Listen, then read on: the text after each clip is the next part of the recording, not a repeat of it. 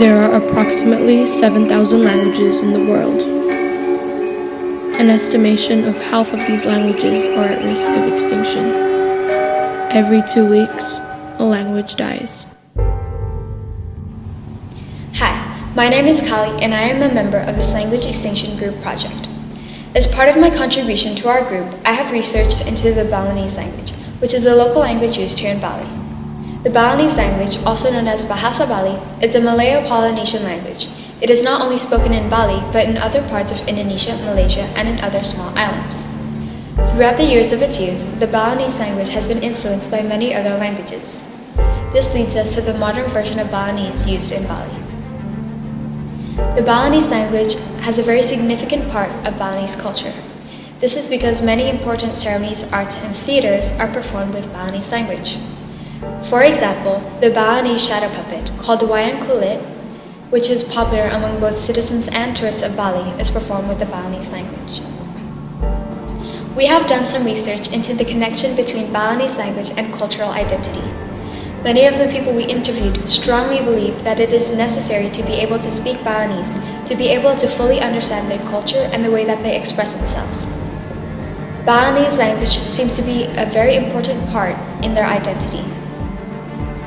However, as of 2011, it was said by the Bali Cultural Agency that the number of Balinese speakers living here in Bali is less than 1 million.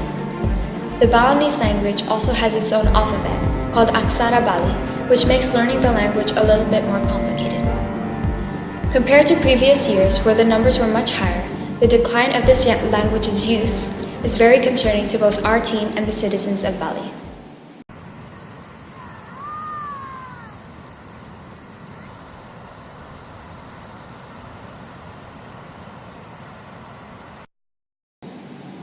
Hi, I'm John. I'm a member of this Language Extinction Group project. I'm in charge of researching into the national perspective of this issue.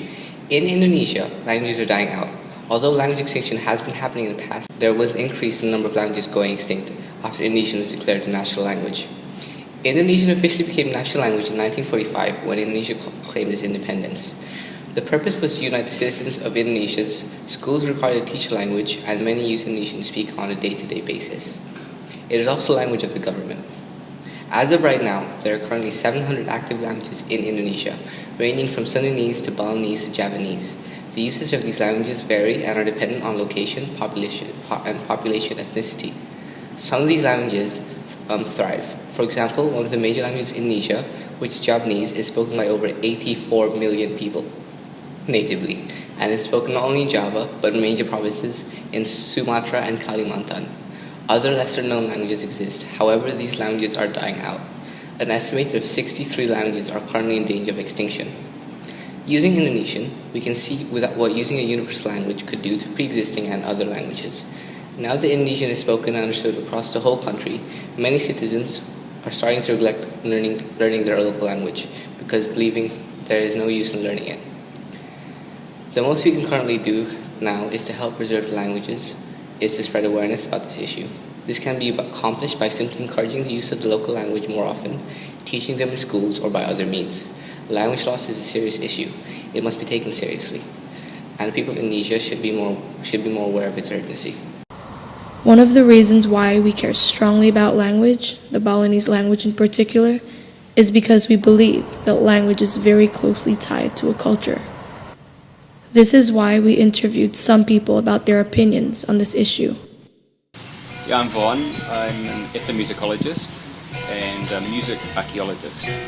I'm also the co-founder of Buana Center in Denpasar. My name is Putu Evi, and I'm a Balinese dance instructor and a dancer. And I'm also the director of Buana Center. Nama saya Bapak Ketut Ariwibowo, kemudian pekerjaan wira swasta atau sebagai pemangku atau sebagai panandita. Halo, nama saya Mistias. Saya guru bahasa Bali di secondary dari kelas 7 sampai kelas 12. Yes, I use Balinese with my staff, with my family, my sister. That's how we really feel like really connect, like we grew up with this language. Oh, definitely. Ya, Iya, setiap hari di rumah dengan keluarga. Itu harus. Oh, yeah. I don't think that it could really exist in a meaningful way without Balinese language. Sangat penting karena selama kita menjalankan adat, bahasa yang dipakai itu bahasa Bali. Yes. Even though if I use my Indonesia, I tend to sound Balinese, like with my accent, very strong. Yeah. Sangat penting karena zaman era globalisasi seperti sekarang ini, anak-anak itu lebih tertarik dengan bahasa asing, sedangkan bahasa lokal lebih ditinggalkan. Kalaupun kita nggak ngajarkan bahasa lokal, gimana kita mau melestarikan budaya kita sendiri? Yeah, definitely. Yeah, most of our dance term is in Balinese language, so it's really important. For us, in terms of learning gamelan, the sounds of gamelan instruments are almost exclusively onomatopoeic. So a drum sounds dug dug like that. Biar, like that is the sound of when you hit a gamelan instrument quickly. Even the word gong, and a lot of these words are included in Balinese. But the actual names for the instruments are Balinese terms. Hubungan bahasa Bali dan agama sangat erat. Secara kontekstual, pelaksanaan agama Hindu Bali nyaris tidak dapat dilepaskan dari bahasa Bali. Yeah, definitely. Because they were born in Bali, is the first thing. And I also regret, as a New Zealander from Aotearoa, which is the original name for New Zealand, that I wish that I had learned Māori.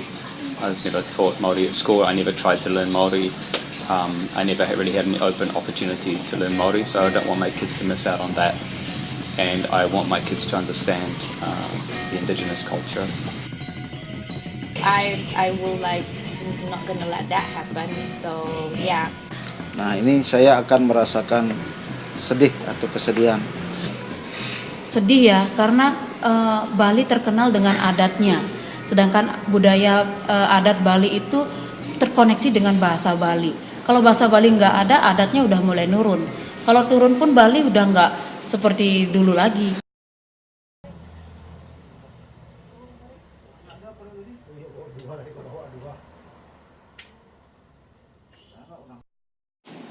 Hello, my name is Romeo.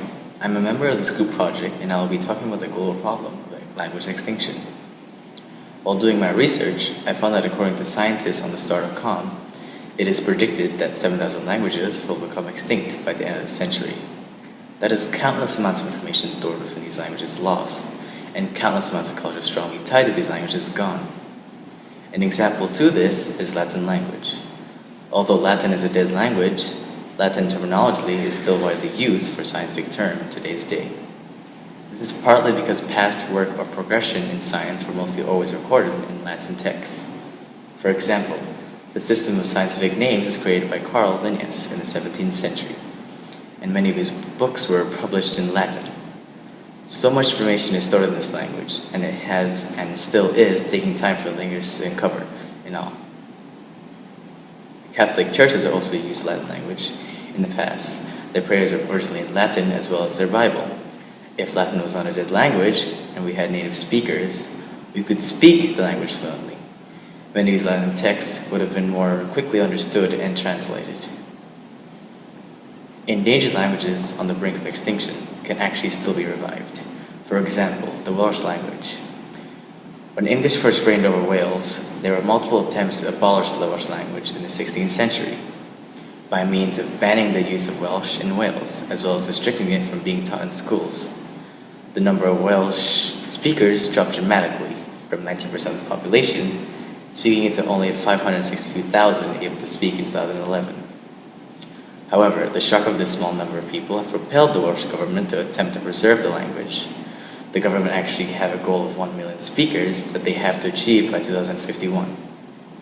They hope to accomplish this mission by promoting the Welsh medium schools or encouraging the language to be taught in English medium schools. In some parts of Wales, road signs have been changed to the language into the Welsh language. Included in my research was universal language. Universal language is a language spoken and understood by all or most of its world's population. According to the survey we performed, 61% of people surveyed believe that everyone should learn a designated universal language as well as their own mother tongue. Although a universal language would be very beneficial in making worldwide communication easier, there's also a possible issue that a universal language may cause an increase in language extinction or endangerment.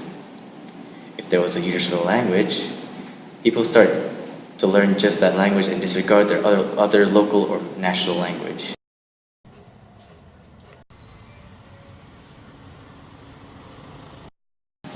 Hi, I'm Tigra. I'm a member of this group project. I'm also the person behind the making of this brochure. We actually decided we wanted to make a brochure as an extra way of helping preserve Bali's language.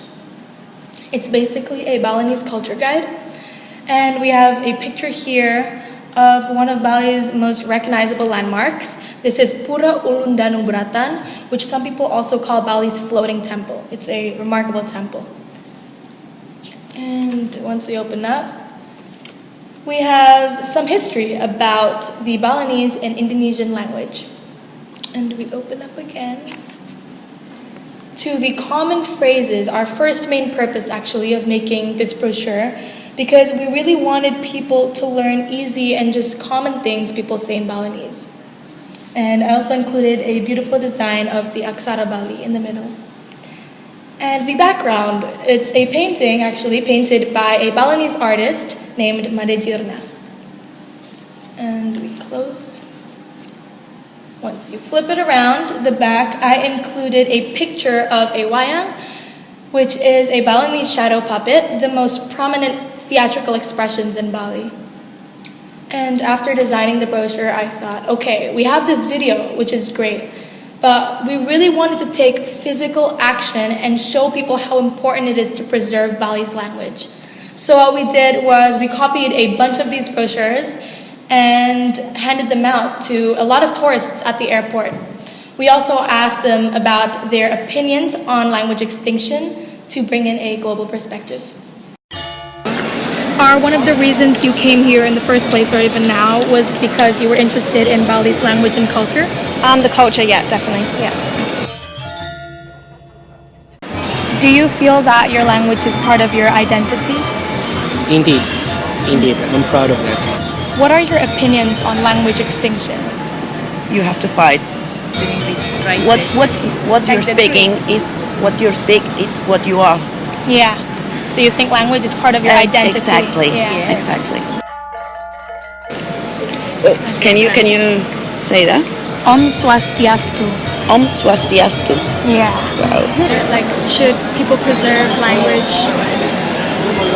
I think language is absolutely vital in a country because you pass down your stories, you pass down your cultural nuances, and I think it would be so sad if, whether it was Balinese or many countries in the world are starting to lose their languages, and I think it would be so sad for that to happen, particularly in Bali. Do you think effort should be put in to preserve dying languages? Yes. So you can know your history, your culture, where you came from.